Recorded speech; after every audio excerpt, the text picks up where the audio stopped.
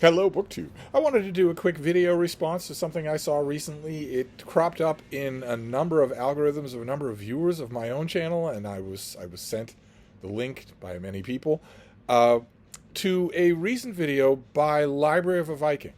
It's a channel that I've responded to before. I always find his content fascinating. I always find it thought-provoking. And I almost always disagree with it. And this latest video was no different. It was a video that he made about the fact that he has lost money on a BookTube venture, on his BookTube venture. And what he thinks about that and what the real world implications of that are and why he put himself in a position where that would be true. And I should state right up front that in addition to all of that, his video is a commercial for a note-taking app. He says in his video that the note-taking app that he is praising and recommending throughout the video is one that he loves and uses anyway. I don't know Library for Viking. I really like his on-screen persona and I really like his videos, but I want to stress what I've stressed before, which is that you would be a fool to believe that. The reason I bring it up is because it's completely unavoidable. It's an in-video ad, but it's not a discrete in-video ad like you often see where the booktuber will talk about whatever their subject is, then they will say, and this video is brought to you by today's sponsor, and then they will talk about their sponsor for a discrete 1 minute and 18 seconds that you could fast forward through a skip. This is not like that. Mentions of the note-taking app occur all throughout the video. They are well orchestrated. They are very seamlessly integrated into the video. So they might not be that much of a disruption, but I wanted you to know that that aspect of the video is there from beginning to end, not only to warn you ahead of time, because some of you don't like ads, no matter how friendly they're couched, but also because it points at another aspect of the video. It points at the substance of the video, not the note-taking, but the sponsorship points at another aspect of the video. I guess I'll call him Viking. I think I know his real-world first name, but I never used it. He's never asked me to use it or given me permission to. So we'll just call him Viking rather than name his whole title. And in order to preface his larger discussion of his own monetary relationship with BookTube, Viking talks about misconceptions about BookTube and tries to do away with them. Misconception number one, that you have to race as hard and fast as possible to get to the minimum required uploads and watch times so that you can get your channel monetized. Don't need to do that. He dispenses with that misconception. Another misconception is that making BookTube videos is expensive. He says that he is disputing that he is doing away with that misconception by saying that it's actually doesn't have to be expensive at all. He started off with a $20 microphone. He used the phone that was in his camera, maybe a $20 tripod, not much at all. And has only increased his expenses as his channel has grown. And he dispenses with that misconception too. I want to point out here what I think will be obvious to you when you're watching his video, that the sentiments in the second half of his video are proving not only that he did not dispense with those misconceptions, but that they aren't misconceptions. So for him, anyway, they weren't misconceptions. They did turn out to be not only necessary, but governing the experience. But we'll get to that. We'll get to that. Because as he's developing his conversation about BookTube, he comes up with a distinction that I thought was very interesting. Two types of BookTubers. And I think, as he usually does, he's a very clear thinker, Viking is. I think he may have put in words something that I have needed terminology for all the time that I've been on BookTube. Which is two different kinds of BookTubers. Fun tubers and grind tubers. And he mentions that fun tubers are in this as a hobby. They are in this to find a community, even a small community of like-minded readers, reach out, have genuine, sincere connections with those readers, and just keep doing that. And Viking says that there's absolutely nothing wrong with that kind of booktuber, and that reaching out and finding, building, and sustaining that kind of interpersonal community is, and he uses the word, beautiful. And then there's the other kind of booktuber, the grinder, the grind tuber. And these are the people who, he says there's no judgment involved in his part whatsoever. It is obvious from watching his video that he considers grind tubers to be serious booktubers and not fun tubers. Fun tubers are not serious. They're not professional. They obviously don't care about the viewing quality of their audience. He doesn't explicitly say that, though, so I won't say it. I think the implication is unavoidable when you watch the video. This is clearly a two-tier system with one tier above the other instead of just side by side. But he then talks about grind tubers who brainstorm ideas for videos using his note-taking app, who care about their intros, their transitions between video sections, their thumbnails, who will invest in better equipment, who will hire video editors. So you take all the raw footage of the video and you just give it to somebody else to edit it. The standing assumption being that no matter what happens here, whether you hire a video editor for $250 to make an 8-minute video, or whether you do it yourself, the standing assumption is that, of course, you will edit. Of course, you won't upload unedited material. Who could do that? That would be crazy.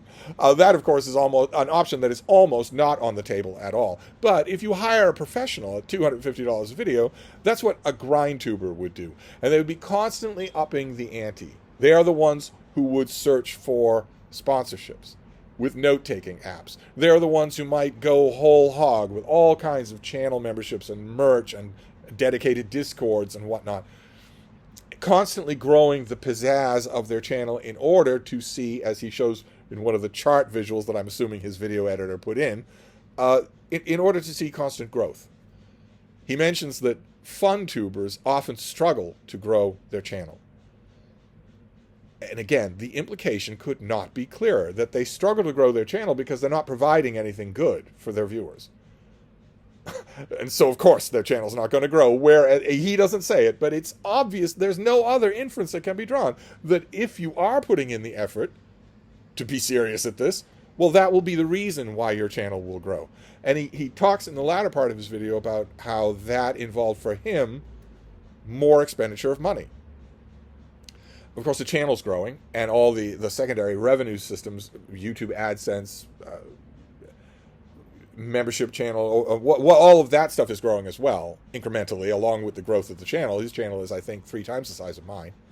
And that as that's happening, he is reinvesting that money into better equipment, into hiring a video editor for more and more videos.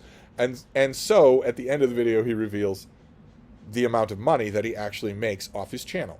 And it's not much. It's below minimum wage. He says in his video, at multiple points in his video, in between the ad bits, he says in his video that the most important thing, it's actually very true, that the most important thing you should concentrate on when you are thinking about making a BookTube channel or have just made one is the why. Why are you doing it?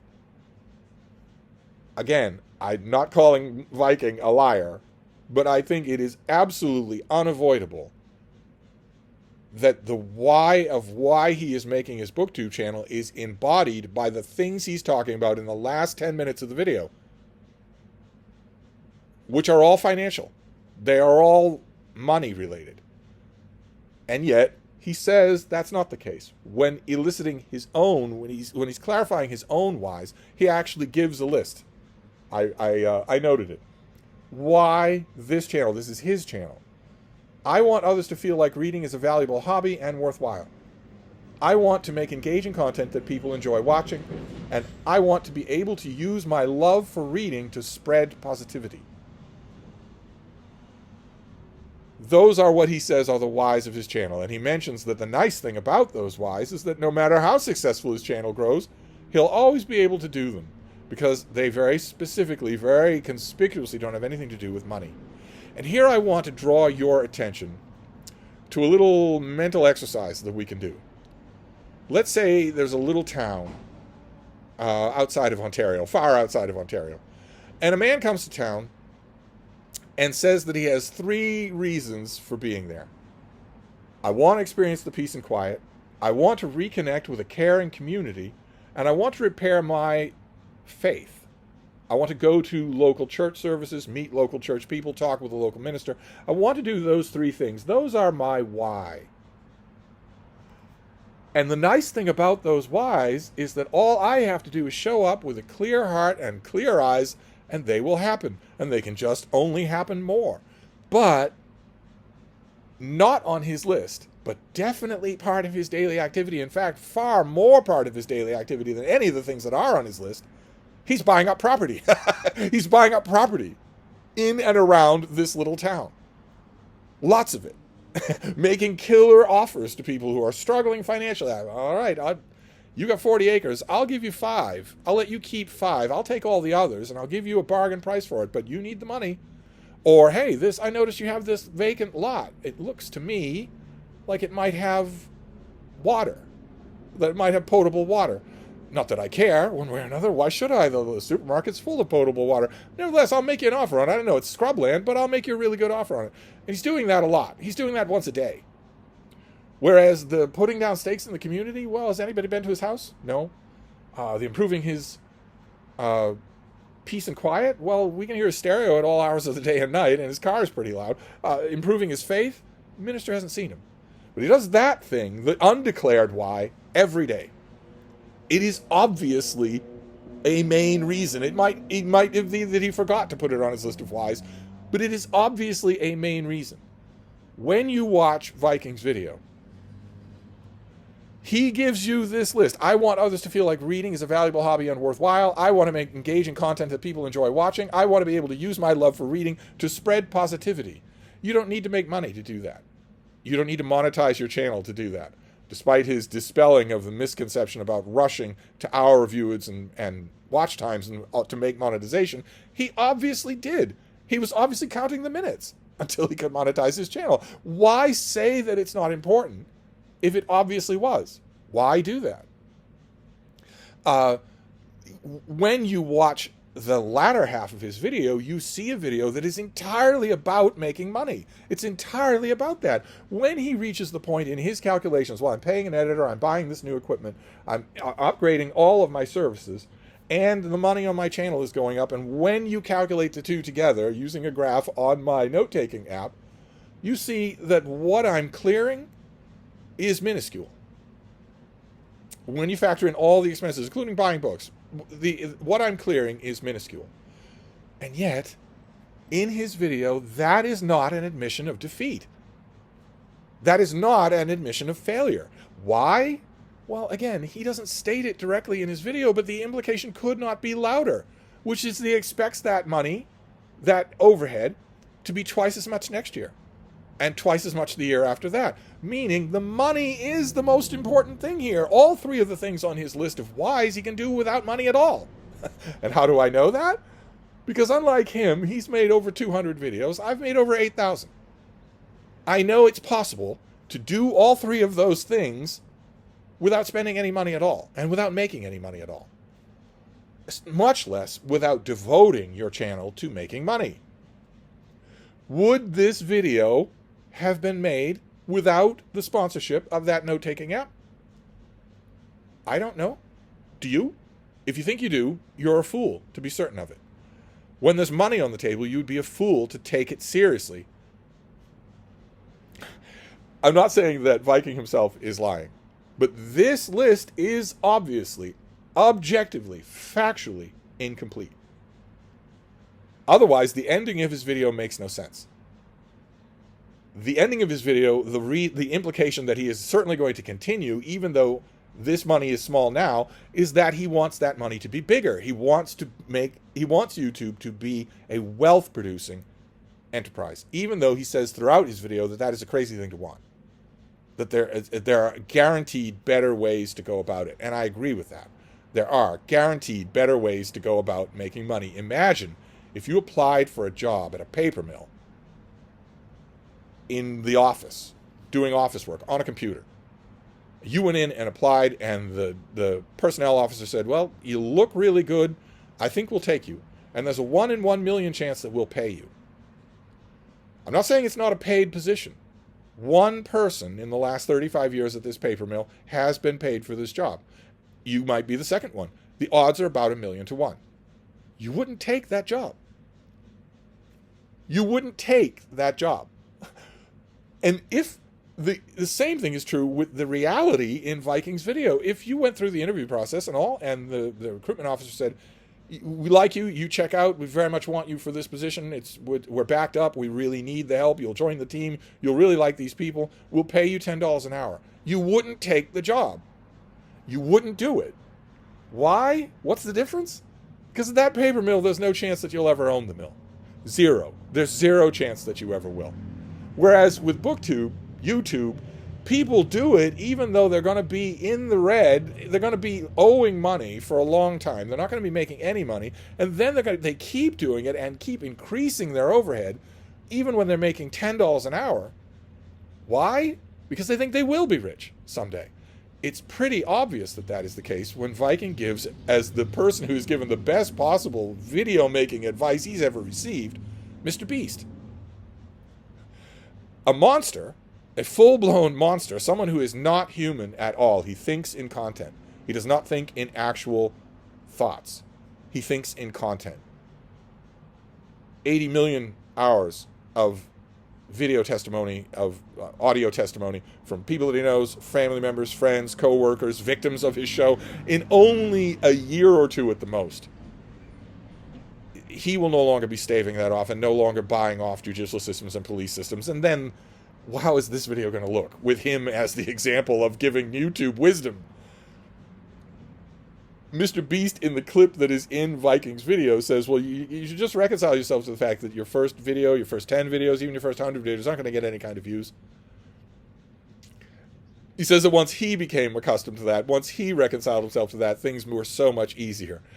But he didn't reconcile himself to that, and there's plenty of evidence to that fact. He threw things at the faces of friends because those early videos weren't doing well. Heavy objects hurled at the faces of friends because those videos weren't doing very well. And 100 videos later, when the videos were doing better and money was coming in, it still wasn't enough for him because he had greedy, bottomless pit content brain. And then the heavy objects got thrown at faces of family members, not friends. He is not anyone you should be listening to about either aspect of YouTube, whether it's fun tubing or grind tubing. But I have something more that I want to say. My main reaction to Viking's video, which I will leave linked and which is worth your time to watch, especially I would say if you're starting on BookTube, it's worth your time to watch. Just, I would argue, pay attention to what he's actually doing as opposed to just what he's saying. His video is all about how he finds the FunTuber community building aspect beautiful. His video is all about the stated whys of his channel, which don't even mention finance. They don't mention influence. They don't mention money. But what is he doing? That's what he's saying. But what is he doing? What he's doing is entirely devoted to money. So I'm not saying that he's lying, but it's impossible not to conclude that his list of whys is incomplete. He's leaving off not only an extra why, but the most important one. But the point I want to make, the main point I want to make about his video, involves you eventually owning the paper mill. Okay, let's say that eventually you get to that point. My point is that you should not grind tube at all. You shouldn't do it at all. Not just because the odds are 1,000,000 to 1 that you will succeed and start making FU money from YouTube, which I think is clearly the goal of every grind tuber. I don't know why they deny it. What other reason would you have for working 4 years and spending lots of money in order to be making $11 an hour? There's no other reason you could have other than you are confidently expecting that it'll be $11 million an hour someday. Okay, it's not going to be, but let's say that it is. It's 1,000,000 to 1 odds, but let's say that you actually win those odds, and you are one of those people. Let's say that you are a grind tuber who makes it. There are some booktubers who have made it. They make a very, very comfortable living talking about books on YouTube. And everyone on the grind tube side of the ledger wants to be them. They don't want to be them to, what was it? Make others feel like reading is a valuable hobby and worthwhile. Engage with content with people who enjoy watching. Be able to use your love of reading to spread positivity. They don't want to do any of that. And if you told these grind tubers that they could make the money, but they have to ditch the rest of the list, they would. I don't know if Viking would. but most of them would. But let's say that you buck the 1,000,000 to 1 odds and actually become one of those people. My point is, you won't like it. You won't enjoy it. No grind tuber enjoys what they're doing. Even when they make it big. They might enjoy the money, although I would say they don't. I've never seen an example of someone who does. Mr. Beast certainly doesn't. They might enjoy the money, but they don't enjoy the experience at all. You can see it. They often make videos about the fact that they don't enjoy it anymore. But it's right there in the word. It's a grind. In his video, Viking actually says BookTube is a grind. As usual, when I make a response of this kind to this type of video, I want to say, no, it isn't. No, it isn't. The money, the expense, the grind, the soulless hustling, that's you. You bring that to this. It is not that on its own. And I am in a better position to talk about that than literally anybody else on the entire platform. So I am telling you, that is not true. BookTube is not a grind. It is easy. Turn on the camera you already have and tell us all what you're reading. Done. You're done. That, if you do it with honesty and sincerity, that will do all three of these so-called whys on his channel. It won't do the unspoken why, the one that governs his entire existence on YouTube, which is to make money at this. It won't do that. The process that I just described, turn on your camera and tell me what you read last week, that won't make you money. So if the reason that you don't do that is because it won't make you money, then making money is the why that you do BookTube. With none of this hate Ashbury crap about how you're spreading the love of reading. If you told, for instance, just to use an obvious example, we don't have to pick on BookTube, or I naturally wanted to mention Jack Edwards, but you could pick Mr. Beast, who I'm sure says that his primary why, certainly his PR team, 30 people, all paid $50,000 a year, his PR team says that his main why is to spread joy and also opportunity, that meaningful altruism, to give back to the community. And if you told him, if Zeus came down from Olympus and told him, you can continue to do all of that, but you can't have any profit from it. You can't have any personal profit from it. He'd instantly stop. If the money for the giving were still there, he'd instantly stop. Because it is his overriding why. It is his only why. I could name larger booktubers where that is certainly true for them. And it's all they ever did want. They get it. What I'm trying to say with the paper mill example is when they get it, they're not happy. What I'm trying to say is here is not only are the odds 1,000,000 to 1 if you're a grind tuber, but the one isn't something you want. You are giving yourself extra heartache, an extra grind, an extra job, and a whole suite of extra disappointments. And for what? For what? To pirate and desecrate a love of reading that for you, once upon a time, was genuine. So, my reaction to Viking's video, I agree completely with him that there are two kinds of booktubers. And what I'm saying here is there shouldn't be. It makes no sense on any level, personal, financial, the limited amount of time you get to be on this planet. It makes no sense on any level to grind tube. So don't. Don't do it. Don't do it. The motivation that is motoring grind tube is mindless greed. Think about it and don't do it. And actually, that would be my call to Viking as well. Don't do it. In his video, in the last part of his video, when we've dispensed with all of this hate Ashbury stuff about spreading the joy and love of reading, that stuff does not apply to the end of his video when he's talking about what's really motivating him.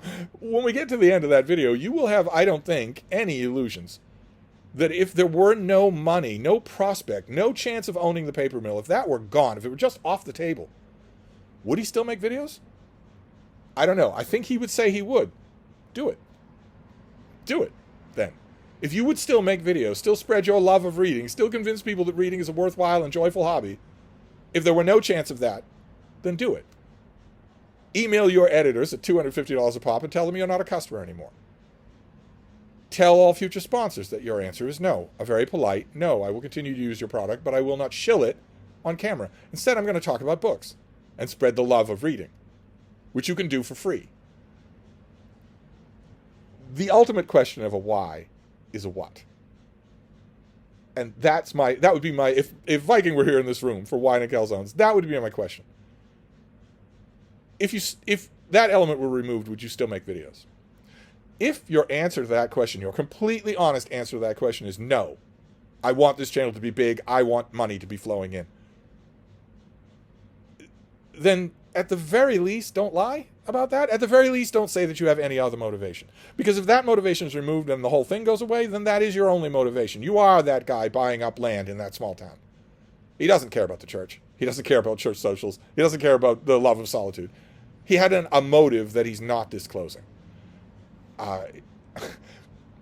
So that's my response to Viking's video, and I wonder what you think. I know this is an old and vexed subject on my channel, and my thinking on the subject of BookTube and money has matured a bit. People do make money from their BookTube channels, and every once in a while, a person who makes money from their BookTube channel is also putting out genuine, heartfelt content. I might have my questions about whether or not they would continue to do that if no money were involved. It's difficult once you've got an income stream to say goodbye to it. But I don't at all question the genuineness of the videos that they make. That is real. They are not shilling for an app. I know that examples like that exist, and where once upon a time I breathed fire and brimstone about that, now I don't care at all, provided the people are honest about it. Provided they're honest about it. And I'm not accusing Viking of lying here, but his list of reasons why he does BookTube is obviously incomplete. Or none of the rest of his video would exist. He wouldn't do any of the things that he talks about in his video. Unless he had another and very important why, which is money, which is financial success. I would say that if you're thinking about making a BookTube channel, and I'm sure that a lot of people who are either thinking about it or have just started have been drawn to his video, it's had thousands of views. My own point would be, if you're thinking about making a BookTube video, dismiss the whole idea of GrindTube. Don't entertain it and think maybe I should a little. Dismiss it completely. Pretend it doesn't exist. Give yourself a hobby that you can enjoy and have fun with. You don't have enough of them, and life is hard enough as it is. Just FunTube. So there you go. That's my response to his video. I'll leave a link so you can judge for yourself. He's a really good channel, really nice on-screen persona. You'll enjoy it even if you don't agree with it. And you'll see that the video editor he paid did their money's worth. It is a very visually attractive video. So, anyway, I'll wrap this up. I couldn't let this go without responding. And I will go back to my ordinary, unpaid activities on this channel. Thank you, BookTube.